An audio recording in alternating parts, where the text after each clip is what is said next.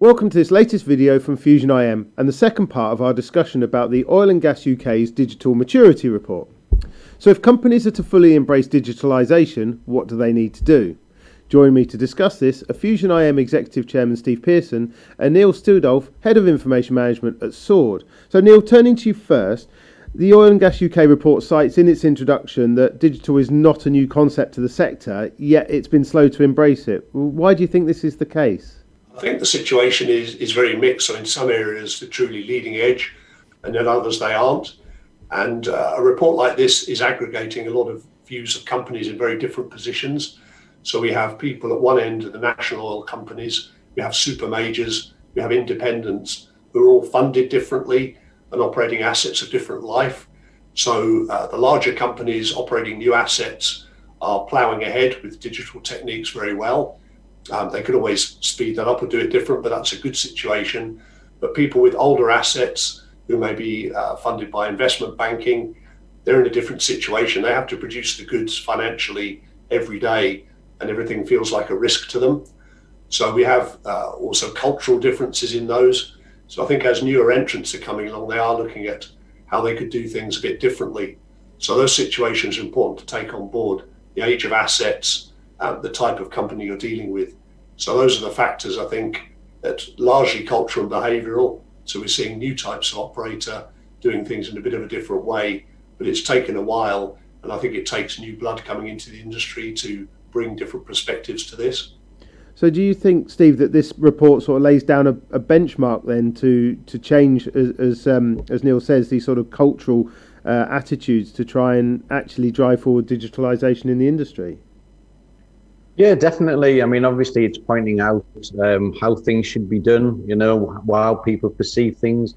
And I think the slow adoption is largely down to the fact there's very few exemplars. I think everyone's comfortable in their own skin in the operator world. I think now with COVID coming into play, which is unfortunate, but people are changing the way they do things. They're relying on digitalisation. And I think what will start to happen is some operators will shine through very quickly and start to perform really well with less resources. And then I think other operators will start to take digitalisation as a good business practice. So I think as soon as we get a great exemplar and some of the super majors are investing in this technology, we'll start to see a phase shift and a more adoption of the digital technology. And do you think it'll be a balance, Steve, between new projects coming online and it being at the heart of it, and sort of an element of retrofitting as well as sort of looking back at existing projects and being able to take data and turning that into digital, using the digitalisation of that? Do you think it will happen equally, or one will lead more than another? I think we're seeing the greenfield projects seizing the moment and adopting digitalisation and prescribing it to all of their suppliers and their engineering procurement contractors. So I think greenfield's got quite momentum. I think with brownfield, we find that a lot of operators have got legacy systems and technology. They've invested heavily in it, and the thinking changed from the corporate system to the more agile and lower cost systems. Whilst it looks attractive, they maybe think that we haven't got the energy or the enthusiasm. So that's why I was saying with COVID, the move towards digitalisation and working from anywhere, it will actually act as a catalyst. Neale, do you think that it's also down to the independents and the super majors also to drive this cultural change down into their supply chains, or do you think that these more agile supply chain companies, the technology-led companies, should do it as much on their own back and then it sort of meets in the middle? Yeah, I think they both have to approach it, but from very different places. So the operating margins, interestingly, oil and gas can be amazing in one cycle and then diabolical in another. But it does mean that they can get access to funding if there's a good long-range plan. With the supply chain, they're typically operating on very tight margins, so they've got limited wiggle room there. But naturally, if they can do a job more efficiently, they might potentially increase their margin. So I think they need to be very careful about how they change things there. And some of them perhaps have fewer legacy systems, big bespoke systems, the way the operators do.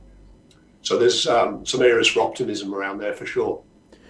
And if you've got an operation that is obviously multi-layered and multi-site or multi-continent even, the prospect of getting into digitalisation when you haven't done it fully might be quite daunting. So, what is the kickoff? What is the starting point where you think people should be and businesses should start looking towards digitalisation? What should they do to make those first steps? Well, I would say first on that, because you say the word digital, people automatically think IT. But I think, well, this is a business we're talking about, which has business objectives. So that's the first thing to make clear, that what do you need to do? Do you need to operate with fewer people? Do you need to increase safety a certain amount? What are those factors that are driving this? Do you need to find new ways to explore or solve a problem? From that, you have a clear remit, if you like, a good business case. So you can apply that to everything. So you can still do quick tactical jobs. These hackathons, a number of us have been involved with. So there's a good approach to be had on that. Just stick to the business case, translate it, and then have IT figure out what to do with the systems. But in all this, remember that data is at the center of all this. So don't be too afraid of changing the legacy systems, because the data can always be preserved and used in more modern ways. Steve, I'm sure you're going to be able to advocate that then. So from your experience of someone who worked directly with companies of all different sizes about taking this journey, what benefits does it bring them? I think that, to pick up on that, we have working with the super majors. They've made the brave call to take their data and put it into a neutral data model, so detach it from the technology. And then obviously the data's safe, it's in a safe haven. They can then sweat their assets better. And obviously as good technology comes along in the future, they can basically connect their asset data into the new technology. So I think even the largest companies in the world are obviously moving from the corporate systems to the more agile, open data environments, and I think they'll all benefit from that. Then later on, we'll talk about sharing of data across industry and across sectors. So the good times are ahead, but I think the brave move is to take your data out of the corporate system, put it into a neutral repository, and sweat what you've already got. Great. Well, thank you, gentlemen. That was really interesting. I think what we're going to do in our next video is we're going to look a little bit more in detail about how companies can take that journey towards digitalisation on the back of this report. So tune in for the next video soon. Thank you.